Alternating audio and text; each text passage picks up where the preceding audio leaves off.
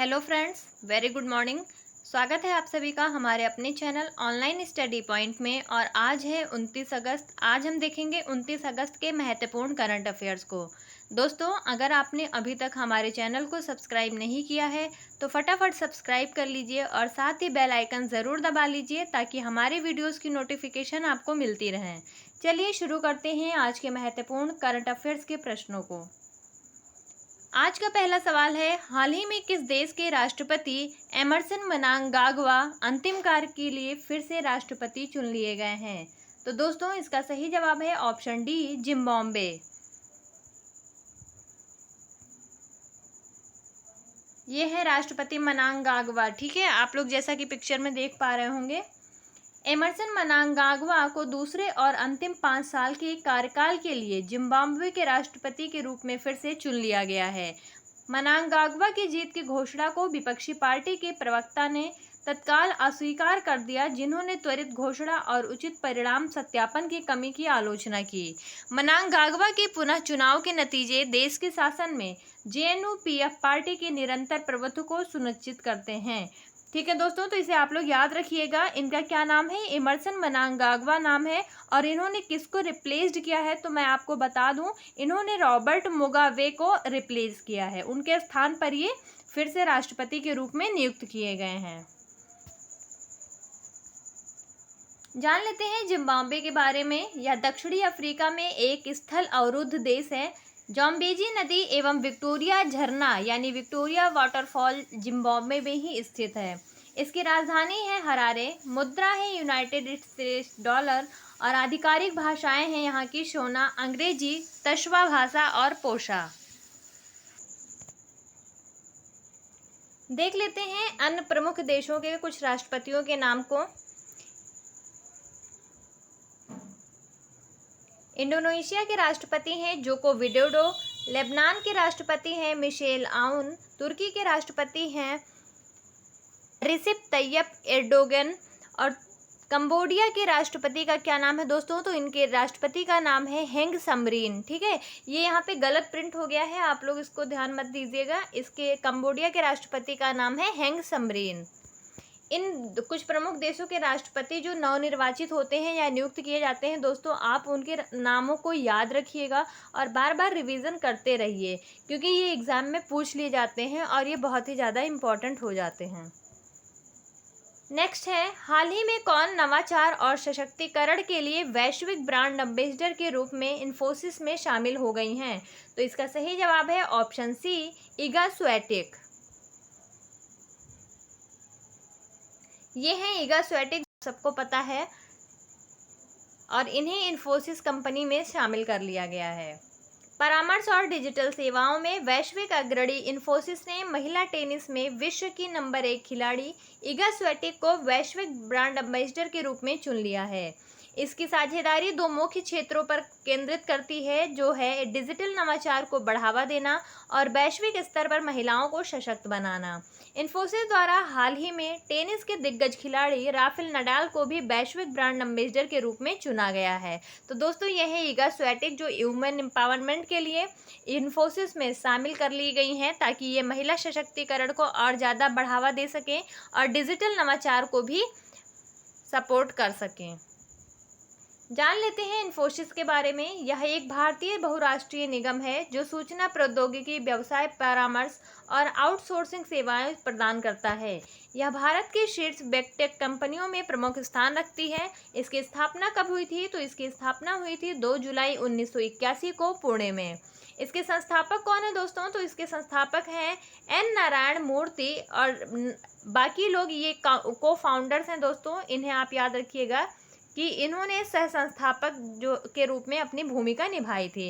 नंदन नीलेकड़ी, Chris Gopal Krishnan, SD. Shibulal, के Dinesh, NS. Raghavan और अशोक अरोड़ा। लेकिन अगर हम मेन रूप से बात करें फाउंडर कौन थे, तो वो एन.आर. नारायण मूर्ति थे। ठीक है, इसका मुख्यालय कहाँ है? तो इसका मुख्यालय है बेंगलोर, कर्नाटक में। चलिए देख लेते हैं 2023 में नियुक्त किए गए कुछ अन्य प्रमुख ब्रांड एम्बेसडर्स को। उत्तराखंड राज्य के ब्रांड एम्बेसडर के रूप में कौन नियुक्त किया गया है? तो प्रसून जोशी को नियुक्त किया गया है। मेंस ग्रूमिंग ब्रांड अर्बन गबरू के ब्रांड एम्बेसडर कौन बनाए गए हैं? तो यह इंडियन क्रिकेटर बनाए गए हैं सूर्य कुमार यादव। नवी टेक्नोलॉजी के ब्रांड एम्बेसडर कौन बनाए गए हैं दोस्तों? तो यह बनाए गए हैं आप सभी के फेवरेट और मेरे भी फेवरेट MS धोनी जी को। ठीक है, नवी टेक्नोलॉजी का ब्रांड एम्बेसडर MS धोनी को बना दिया गया है। और नवी टेक्नोलॉजी किससे संबंधित है? तो यह फाइनेंशियल प्रोडक्ट से संबंधित है, जैसे पर्सनल लोन्स देना, होम लोन्स देना, जनरल इंश्योरेंस जैसे कामों से संबंधित है। नेक्स्ट है स्केचर्स इंडिया के ब्रांड एम्बेसडर के रूप में किसे नियुक्त किया गया है?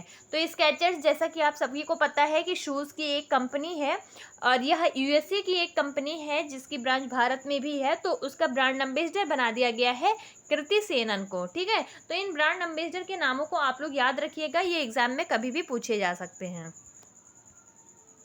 नेक्स्ट है हाल ही में कहाँ 5वें ऑस इंडेक्स 2023 समुद्री अभ्यास का आयोजन किया गया है? तो इसका सही जवाब है ऑप्शन बी, ऑस्ट्रेलिया।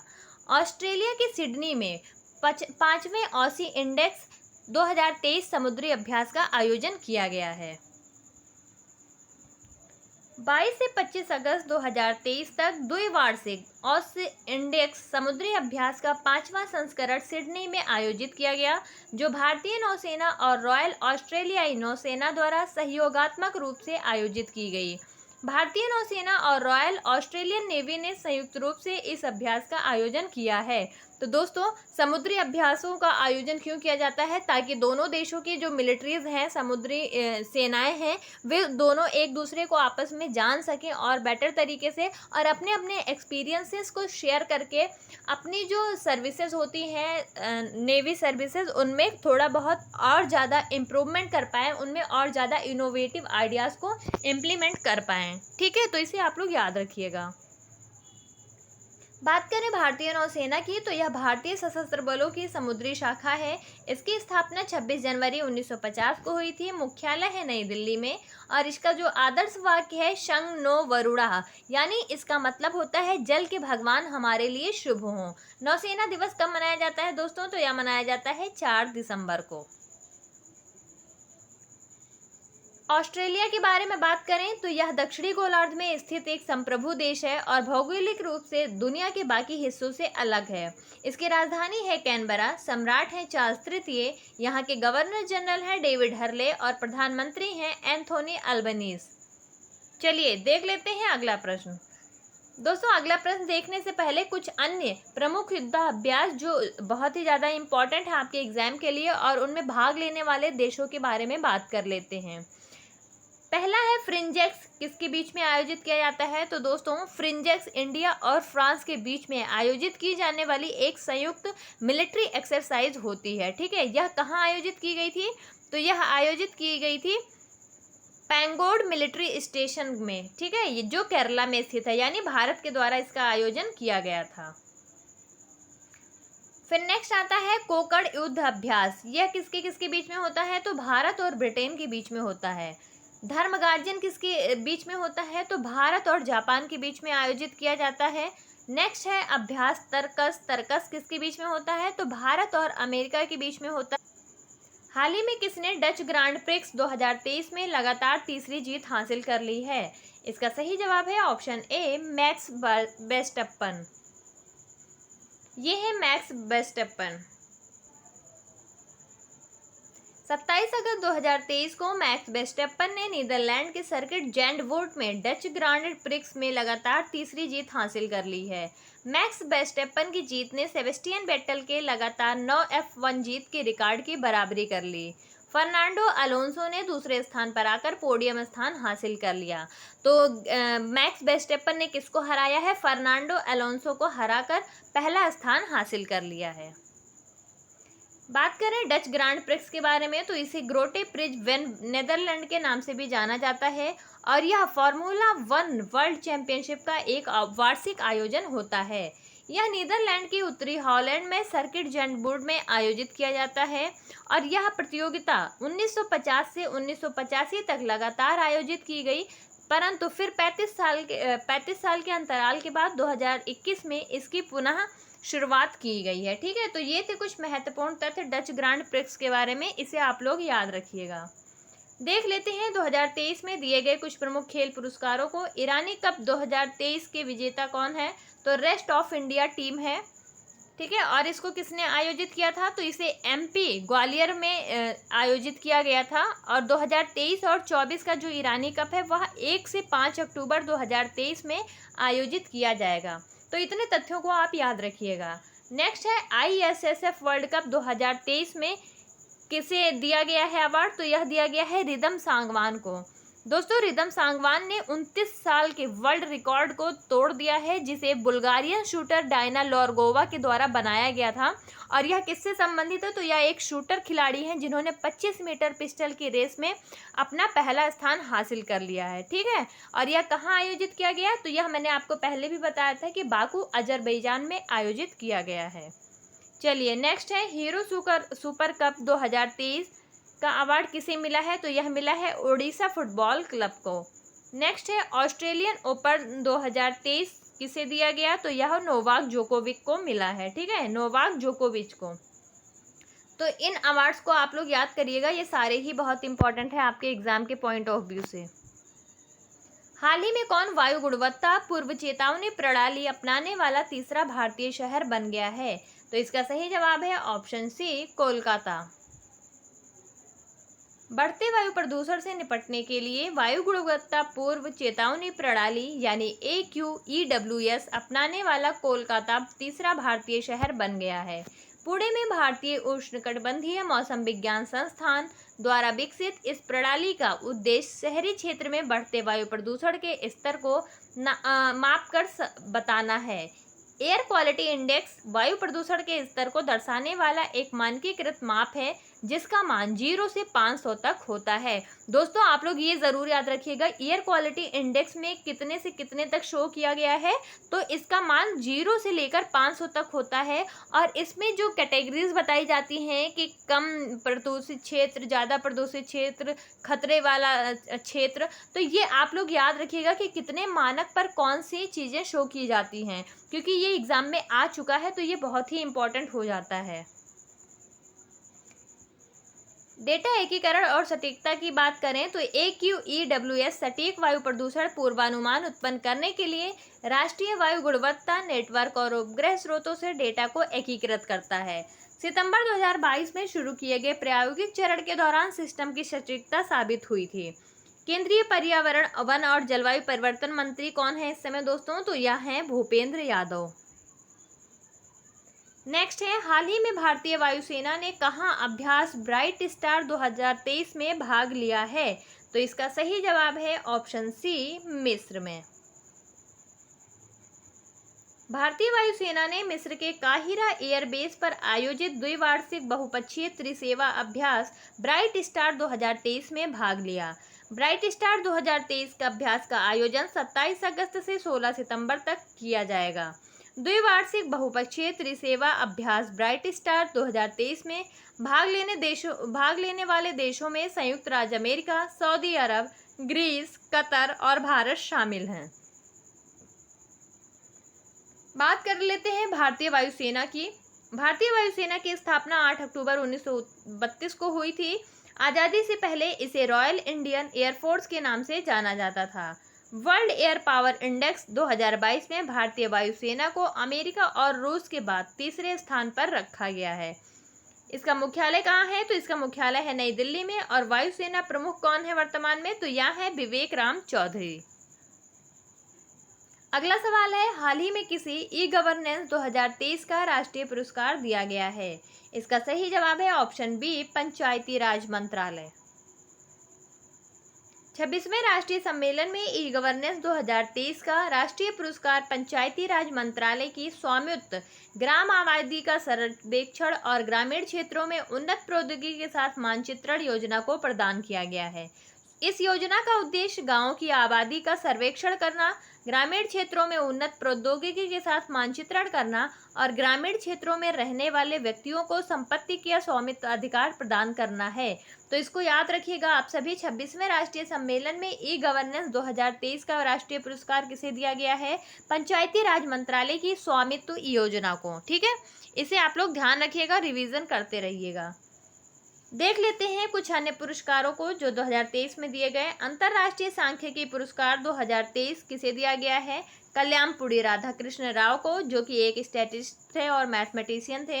लिपजिंग पुरस्कार किसे दिया गया है? तो मारिया स्टेपोनोवा को दिया गया है। वीरता पुरस्कार पाने वाली वायुसेना की पहली महिला अधिकारी कौन बनी है? दीपिका मिश्रा बनी है, जो कि एयरफोर्स में एक फ्लाइंग विंग की पायलट हैं। ठीक है, फ्लाइंग विंग कमांडर हैं। वर्ल्ड प्रेस फोटो पुरस्कार 2023 से किसे दिया गया है? तो यह दिया गया है एवगेनी मालोलेटका को। ठीक है, एवगेनी मालोलेटका को। तो इसे आप लोग याद रखिएगा और इनका बार बार रिवीजन करते रहिए, ये अवार्ड्स पूछे ही जाते हैं। अगला है, हाल ही में किसने विश्व एथलेटिक्स चैंपियनशिप में भारत के लिए पहला स्वर्ण पदक जीत लिया है? इसका सही जवाब है ऑप्शन ए, नीरज चोपड़ा। ये है नीरज चोपड़ा, इन्हें तो सब पहचानते हैं। भाला फेंक खिलाड़ी नीरज चोपड़ा ने हंगरी के बुडापेस्ट में विश्व एथलेटिक्स चैंपियनशिप में भारत के लिए पहला स्वर्ण पदक हासिल कर लिया है। पुरुषों के भाला फेंक फाइनल में नीरज चोपड़ा ने 88.17 मीटर के थ्रो के साथ स्वर्ण पदक जीत लिया। पाकिस्तान के अरशद नदीम ने पुरुषों की भाला फेंक स्पर्धा में 87.82 मीटर की दूरी तय करके रजत पदक हासिल किया है। ठीक है, तो नीरज चोपड़ा ने भारत को फिर से एक बार गोल्ड पदक दिला दिया है विश्व एथलेटिक्स चैंपियनशिप में। नेक्स्ट है, हाल ही में कौन इस साल पहला भारतीय यूनिकॉर्न बना है? तो इसका सही जवाब है ऑप्शन बी, जेप्टो। भारतीय ग्रोसरी स्टार्टअप जेप्टो ने 25 अगस्त 2023 को कहा कि उसने ताज़ा फंडिंग में $200 मिलियन जुटाए हैं। $1.4 बिलियन के वैल्यूएशन के साथ यह स्टार्टअप इस साल देश का पहला यूनिकॉर्न बन गया है, जिसने साल भर के अंदर इतना बड़ा मुकाम हासिल कर लिया है। जेप्टो की स्थापना कब हुई थी दोस्तों? तो इसकी स्थापना हुई थी 2021 में और किसने की थी? तो आदित्य पालिचा और केवल बोहरा ने की थी। यह उस समय उन चुनिंदा कंपनियों में से थी जो 10 मिनट डिलीवरी का प्लान बाजार में लेकर आई थी। जेप्टो ने कंपनी अक्टूबर 2021 में 60 मिलियन जुटाए थे। ठीक है, $60 मिलियन जुटाए थे। तो दोस्तों इसे आप लोग याद रखिएगा, यह कंपनी साल भर के अंदर काफ़ी ज़्यादा डेवलप हो चुकी है और इसने अपने आप को एक बहुत ही बड़ी कंपनी के रूप में अर्निंग के मामले में स्थापित कर लिया है, जेप्टो। आज का आखिरी सवाल है कि संस्था ने स्वदेशी हवा से हवा में मार करने वाली मिसाइल अस्त्र विकसित की है? तो इसका सही जवाब है ऑप्शन सी, डीआरडीओ ने।